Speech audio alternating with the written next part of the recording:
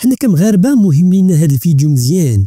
الحكم الذاتي اللي دفعت به الولايات المتحده الامريكيه يعني ماشي يبقى حل ولا حل وحيد، مهم لينا حنا بزاف على جوج نقاط. الا كان قضيه فيها زخم وتبعها مبادرات اخرى بحال الشيء اللي كيدير فيه بوريطه مزيان والامور تكون مزيانه، ولكن خاصنا نردوا البال لانه الى القضيه بردات ممكن يكون مساواه مع الجزائر والبيع والشراء.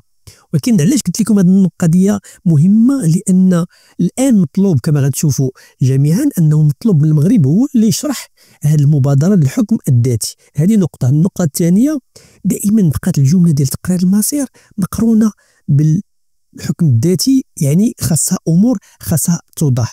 خليكم تتبعوا، وانا بغيت نقول لكم علاش المغرب بقى عنده الضربه القاضيه. الا طلب منه هو اللي يشرح هذا الحكم الذاتي ماشي مجلس الامن، بزاف كيعتبرها انها ربما نقطه سلبيه، ولكن المغرب عنده الواقع. خليكم تشوفوا اجي نهضروا على الواقع ديال الشرح ديال الحكم الذاتي كيفاش كاين في الواقع، اللي المغرب بسهوله يقدر يقنع المجلس والمنظم يعني المنتظم الدولي. تبع معايا ونتلاقاو في الاخير. Américaines de la marocanité du Sahara que se sont réunis hier soir à New York les 15 membres du Conseil de sécurité de l'ONU pour écouter les briefings du chef de la MINURSO et de l'envoyé personnel du secrétaire général de l'ONU pour le Sahara, Staffan de Mistura. Il s'agit d'une réunion ordinaire de consultation à huis clos dont nous disposons de certains éléments que nous allons certainement analyser pour vous ce soir. Pour contextualiser, ce briefing s'est tenu une semaine après la rencontre entre le ministre marocain des Affaires étrangères et le secrétaire d'État américain, laquelle a abouti à cet appel du président Trump, invitant toutes les parties à s'engager sans délai dans des discussions en utilisant la proposition marocaine d'autonomie comme seul cadre pour parvenir à une solution mutuellement acceptable. Autre rencontre, cette fois dans le cadre d'une tournée large européenne.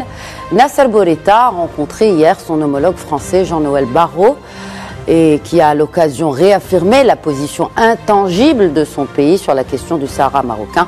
Pour cet autre membre permanent du Conseil de sécurité, le plan d'autonomie proposé par le Maroc constitue, je cite, la seule base pour aboutir à une solution politique juste, durable et négociée. À noter enfin qu'après la capitale française, le chef de la diplomatie marocaine s'est rendu en Estonie puis en Moldavie. Pour l'analyse, ce soir, j'accueille sur le plateau d'abord le politologue et professeur de droit à l'Université Mohamed V de Rabat, professeur Mostafa Srimi, bonsoir. Bonsoir. Et se joint à nous depuis Paris le président de l'Institut Prospective et Sécurité en Europe, Emmanuel Dupuis, bonsoir et merci de vous joindre à nous. Bonsoir, c'est toujours un plaisir. Nous allons tout d'abord commencer par cette déclaration à l'issue de cette réunion du Conseil de sécurité tenue hier à New York, déclaration du représentant permanent du Maroc à l'ONU, M. Omar Hilal. Je vous propose de l'écouter. L'élément nouveau à Washington, c'est l'engagement cette fois-ci clair des États-Unis de tout faire pour la relance de la discussion et surtout contribuer à l'aboutissement de cette solution qui, d'après les États-Unis et également conformément à la vision de Sa Majesté le Roi Lancelot, c'est l'autonomie, rien que l'autonomie, dans le cadre de la souveraineté et l'intégrité territoriale. Un cadre qui a gagné en soutien international de la marocanité du Sahara, mais également en soutien international pratiquement sur tous les continents, à l'initiative marocaine d'autonomie avec plus de 110 pays qui la soutiennent. Donc nous sommes dans une dynamique que les États-Unis vont renforcer, vont conforter afin de mettre fin à un conflit bilatéral mais avec une dimension régionale qui dure depuis un demi-siècle. Et nous espérons que ce 50e anniversaire de la marche verte sera l'heureuse occasion, l'heureuse année où ce problème sera réglé définitivement avec nos voisins algériens. Comme vient de le rappeler Omar Hilal, le contexte dans lequel s'est tenu ce briefing au sein du Conseil de sécurité hier soir, Mostafa Srimi, change littéralement la donne. Notre ambassadeur Omar Hilal a parlé d'engagement. Je verrai deux séquences dans l'engagement américain. Il y a évidemment décembre 2020 avec le président Trump, à la fin de son mandat, qui a consacré donc de manière officielle et explicite la marocanité des provinces sahariennes, c'est extrêmement important. Ça a été un grand moment dans les développements diplomatiques de la cause nationale. Ça a duré jusqu'à maintenant. Je y vois la fin de cette séquence. Maintenant, c'est une nouvelle séquence où ce sont les Américains qui reprennent en main le dossier. Il ne s'agit plus de continuer à gérer ce dossier onusien dans le cadre du travail de l'envoyé personnel Staffan de Mistura. Maintenant, il y a une forte détermination américaine pour mettre fin à la situation qui prévaut du fait du différend artificiel avec le pays voisin, vous le savez, et il y a un nouveau contexte. Et sur ce plan-là, notre ambassadeur a raison. Un nouveau contexte attesté par la visite de M. Nasser Bourita reçue par son homologue américain Marco Rubio. Il a également un autre fait, c'est la secrétaire d'État adjointe pour les affaires politiques, Laïsa Kena, qui a reçu l'envoyé personnel du secrétaire général de l'ONU, Staffan de Mistura, jeudi, donc il y a quelques jours, et puis elle a pris en main de ce dossier, avec des éléments nouveaux, lesquels? Le premier élément, c'est d'abord un délai. Il y a un agenda quelque part, un agenda. Alors c'est un agenda pour conduire ce processus-là. Et le département d'État fait référence expressément à la volonté du président Trump, donc d'accompagner ce processus. Comment et les de mener États-Unis jusqu'au bout. peuvent faciliter les avancées vers cet objectif de solution finale à ce différend régional, Mustafa Sahimi? Comment? D'abord, en mettant en équation la place et le rôle de l'envoyé personnel Staffan de Mistura. Normalement, si on se fie à ce qu'il avait déclaré le 16 octobre dernier devant le Conseil de sécurité, 16 octobre 2024, il avait dit expressément ceci: si les choses n'avancent pas, je poserai le problème au Conseil de sécurité de la nécessité de poursuivre ce processus et partant ma mission. Il était entendu jusqu'à il y a quelques semaines pratiquement qu'il était en fin de mission du fait de son incapacité à mener ce processus.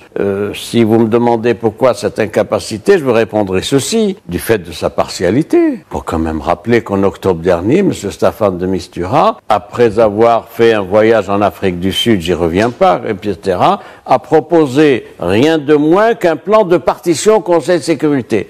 Ce qui est c'est une proposition qui avait été faite, on ne le dira jamais assez, par l'ancien président Bouteflika en novembre 2001 à Houston, à l'ancien envoyé personnel du secrétaire général de l'ONU, James Baker. Donc sur ce plan-là, il n'était plus apte à mener un processus donc d'accompagnement d'un règlement. Bon, c'est pas ce qu'il dit, hein. Enfin, en tout cas, c'est pas ce qu'il a exprimé hier devant les 15 membres du Conseil de sécurité, parce qu'il reste déterminé à bien finir sa mission, contrairement à ce qu'il a déclaré en octobre dernier. Il n'est pas en état d'accompagner sa mission, de poursuivre sa mission dans les conditions de départ. Il a été nommé en octobre 2021. Mais il persiste qu'il peut encore jouer un rôle de soutien efficace. Est-ce qu'on a un bilan d'étape de l'efficacité de la mission de Staffan de Mistura dans ce dossier du Sahara aujourd'hui, Mustafa Sahimi? Bilan d'étape. En toute objectivité. En toute objectivité, les faits. Sa partialité. Sa partialité, donc, avec des prises de position en faveur du pays voisin, du mouvement séparatiste. De l'échec de ces procédures. Il a essayé de contourner un peu le processus de négociation en allant à droite à gauche, en réactivant le groupe des amis du Sahara, du Sahara, etc., en allant voir des pays très éloignés de ce dossier-là. Et le fait, c'est que, vous savez, en 4 ans, il s'est rendu 3 fois dans la région. Il s'est rendu en janvier 2022, puis 2023, et puis il y a une semaine. Oui, donc c'était un persona non grata. Il n'était pas reçu par l'Algérie, vous le savez. Il y a que la semaine dernière que ça s'est fait. Il est allé dans les cantines d'ouvres, etc. Donc il n'était plus en mesure d'exercer sa mission du fait qu'il n'était pas en mesure d'amener les deux parties, essentiellement la partie principale, l'Algérie, à revenir à la table de négociation. Alors, puisqu'on contextualise un peu ce briefing au Conseil de sécurité, Emmanuel Dupuis, ce qui a été évoqué hier dans ce briefing, c'est cet appel téléphonique entre le président français Emmanuel Macron et son homologue algérien. Dans quel but Staffan de Mistura, dans son rapport, y fait référence, notamment dans un briefing sur le Sahara, selon, bien sûr, votre avis éclairé? Alors, je ne crois pas du tout que ça rentre dans la négociation vis-à-vis des États-Unis, car les Américains ont bien repris la main avec une manière assez combinatoire de le faire. faire. Premièrement, en donnant un ultimatum à Stéphane de Mistura, qui non seulement n'a plus le droit, entre guillemets, de démissionner, mais doit accomplir sa mission. Et que cela doit se faire dans les plus brefs délais. Il a parlé d'un délai de 3 mois. 3-4 mois. Et c'est ce que Lisa Kennan, la sous-secrétaire d'État américain, a redit par rapport à ce que Nasser Bourita et Marco Rubio avaient évoqué lors de leur rencontre le 8 avril dernier. Donc il y a une nette accélération. Le dernier dossier diplomatique de l'administration Trump consistait à faire adhérer le Maroc aux accords d'Abraham. C'était en décembre 2020. Souvenez-vous-en, cette belle image où l'ambassadeur David Fischer avait proclamé et avait signé la carte de l'unité territoriale du Maroc. C'est aujourd'hui un dossier, non pas le dossier prioritaire, mais un dossier prioritaire que le président Donald Trump veut terminer le plus rapidement possible pour pouvoir passer à autre chose et notamment confirmer que sur le continent africain, nonobstant le fait qu'il y ait 22 pays qui désormais sont sur warning, si on peut l'exprimer ainsi, en tout cas qui font l'objet de restrictions pour l'accueil sur le continent africain, c'est pas du tout le cas pour le Maroc. Le président Donald Trump l'a rappelé, il faut que tout cela aille vite, pour qu'il y ait une concomitance d'agenda, le 50e anniversaire de la Marche verte, d'une part, et le 250e anniversaire des relations diplomatiques entre la légation américaine de Tanger et le royaume chérifien dans sa temporalité longue et ancienne. Donc ça, c'est un premier point. Deuxièmement, ne jamais oublier que Stéphane de Mistura n'est pas détenteur à lui tout seul de son agenda. Il est le représentant spécial du secrétaire général des Nations Unies, qui plus est bicéphale avec Alexander Ivanko, qui est aussi le représentant personnel, enfin lui est représentant personnel et Alexander Ivanko est représentant spécial, est le chef de la MINURSO, mais il a le titre de représentant personnel au représentant spécial. Et c'est un hiatus entre les deux hommes sur la mission de la MINURSO. La MINURSO a constaté des failles dans le cessez-le-feu et une volonté non assumée de la part du Polisario d'aboutir à cette trêve qui a été plusieurs fois bafouée, en remontant d'ailleurs aux événements de Guérat il y a 4 ou 5 ans. Donc c'est un point très important. Alexander Ivanko vient solder l'inaction ou l'incapacité de la MINURSO. D'ailleurs, le secrétaire d'État Marco Rubio a laissé entendre, a pas feutré, c'est son rôle de diplomate, mais un autre parlementaire, Mario Diaz-Balart, qui est un membre de la Chambre des représentants, ou même Joe Wilson, le très vibrionnant sénateur qui demande à ce que le Polisario soit mis sur une liste d'organisations terroristes, que la MINURSO soit démantelée. Donc vraisemblablement en octobre 2025, au moment où il s'agira de chaque année renouveler le mandat de la MINURSO et donc avoir une résolution annuelle succédant à la résolution 2756 du 31 octobre 2024, il est tout à fait possible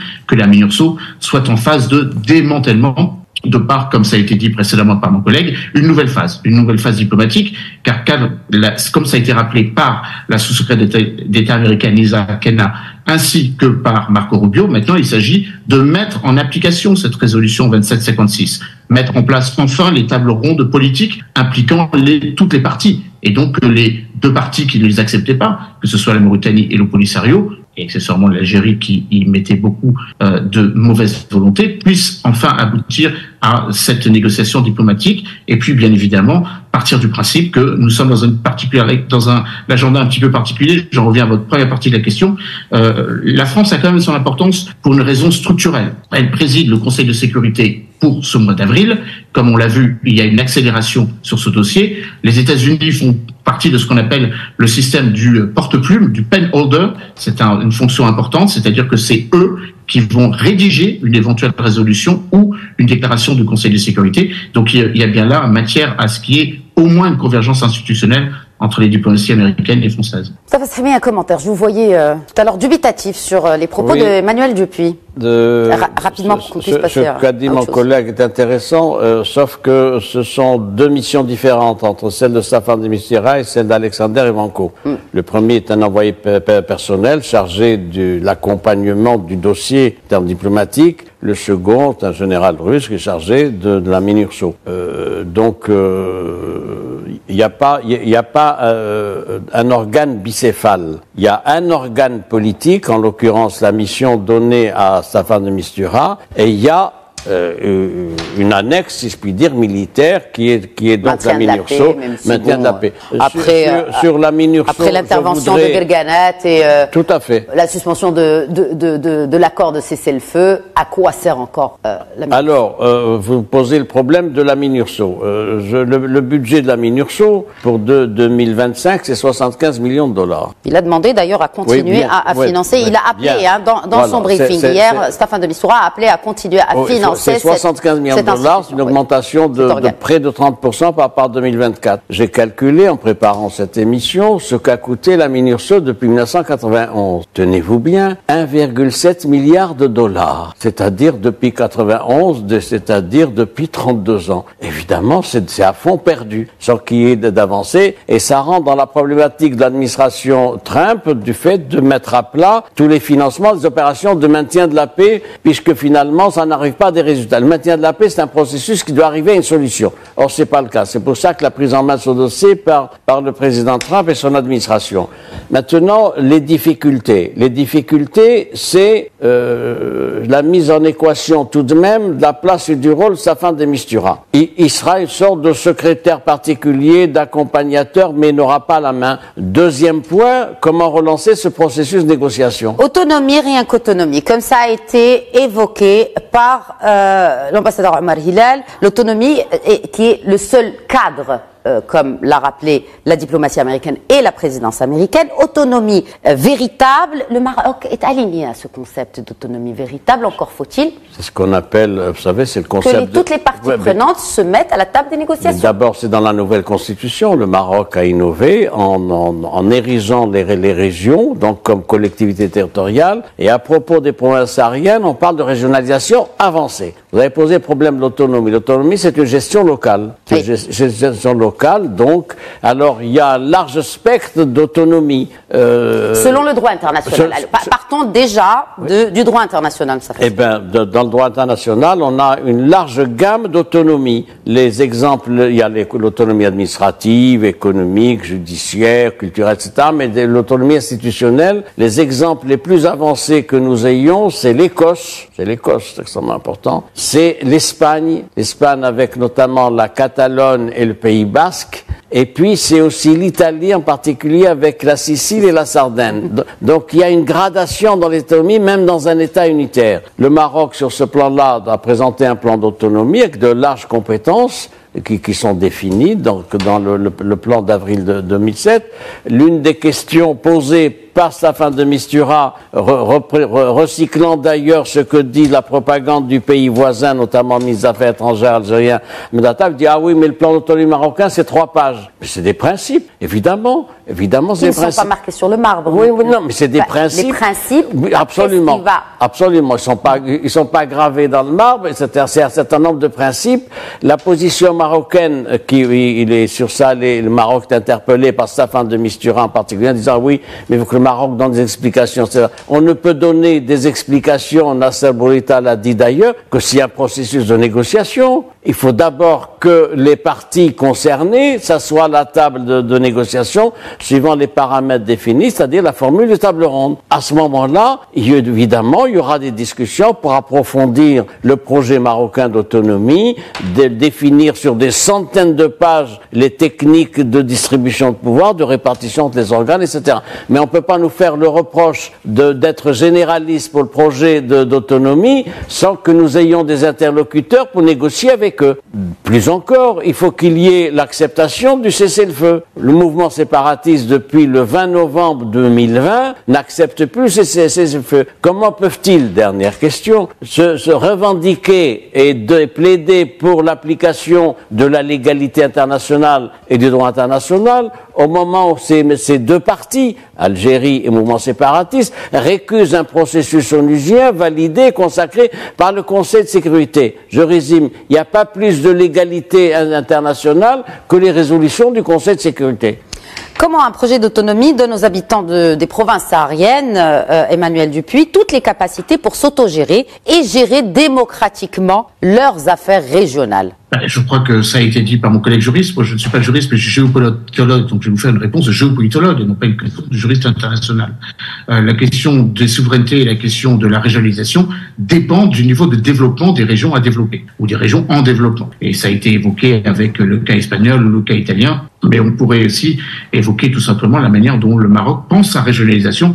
Il y a quelques jours, un projet de régionalisation avancé a été présenté. Donc il y a plusieurs formes d'autonomie. Il y a des formes d'autonomie économique avancées, des formes d'autonomie budgétaire, des formes de dévolution de pouvoir qui sont à inventer, encore une fois, de ce point de vue. Est-ce que l'autonomie territoriale doit être analysée uniquement à travers le prisme occidental? Bien sûr que non, et d'autant moins que bien sûr que non, après ce n'est pas une évidence pour tout le monde. Il est important de le soulever parce que ça a créé le débat sur beaucoup d'autres questions. C'est une évidence pour moi de le dire ainsi, et je le dis à chaque fois dans mes colloques, le processus de décentralisation, de dévolution de pouvoir, de régionalisation, d'autonomie et de nouvelle architecture institutionnelle est beaucoup plus inventif sur le continent africain qu'il n'est sur le continent européen. Je rappelle que nous disons un État girondin alors que nous sommes profondément jacobins et que les lois de décentralisation n'ont jamais abouti, malgré la loi de 2015, à une régionalisation avancée, contrairement au nouveau modèle de développement qui a été engagé et proposé par le Maroc à l'horizon 2030. Donc de ce point de vue, il y a une forme d'exemplarité, une forme de modélisation qui peut nous apprendre aussi la manière de penser le rapport entre le centre et la périphérie, le rapport sur le développement côtier et le désenclavement interne à un État, c'est le cas pour les 3 provinces du Maroc qui sont enclavées, mais aussi un désenclavement régional. Vous le savez, en tant que géopolitologue, moi je me regarde beaucoup la manière dont les provinces du Sud peuvent être un vecteur d'intégration régionale, et d'intégration régionale subsaharien ou transsaharien avec les pays du Sahel, qui n'ont pas d'autres alternatives que de regarder du côté occidental plutôt que du côté méridional, en l'occurrence vers l'Atlantique vers l'Atlantique, la partie sud de l'Atlantique mitoyenne, ou en tout cas de l'Atlantique sud avec la phase atlantique, et peut-être un peu moins vers les pays du Golfe de Guinée où il y a des problèmes politiques ou des problèmes de déstructuration entre l'AES d'un côté et la CEDEAO. C'est ça dont il s'agit aussi, c'est la manière dont l'avancée du dossier de l'intégration régionale ouest-africaine participe d'un développement de l'ensemble de la région, et pas seulement de la région des institutions, des communautés économiques régionales qui ont été créées en 91, qui sont devenues un petit peu caduques. C'est peut-être aussi cela qui provoque l'intérêt américain, qui voit dans cette région une façon de se positionner militairement. On le verra d'ailleurs en mai, début mai, avec l'exercice Africa Lion, la 21e édition Africa Lion, qui montre à quel point il y a aussi une volonté d'interopérabilité stratégique dont dépend ou qui est consubstantielle de la sécurité tout court.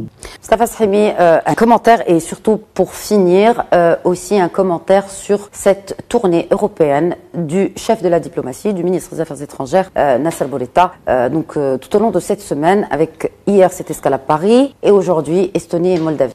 Avant de répondre sur la tournée de notre ministre des Affaires étrangères, ceci. Les moins de 20 ans ne connaissent pas cette formule de Hassan II de juillet 1978 qui avait dit le timbre et le drapeau. Ça veut dire que tout le reste, évidemment, ça est négociable. Le projet marocain d'avril 2007 est extrêmement intéressant, il faut le lire. Vous savez qu'il y a un parlement régional, vous savez qu'il y a un chef de gouvernement régional, il y a un partage de compétences administratives, institutionnelles et financières, fiscales, etc. C'est extrêmement important. Et il y a le taux de participation aux dernières élections tout à fait, qui est le plus élevé du royaume, voilà. De toutes les régions. Donc c'est extrêmement important sur ce plan-là, évidemment, mais c'est une base de discussion, avec un certain nombre de principes, les fondamentaux étant évidemment préservés. Les fondamentaux, c'est quoi? C'est les fonctions régaliennes, c'est les affaires étrangères, la défense évidemment une partie des finances,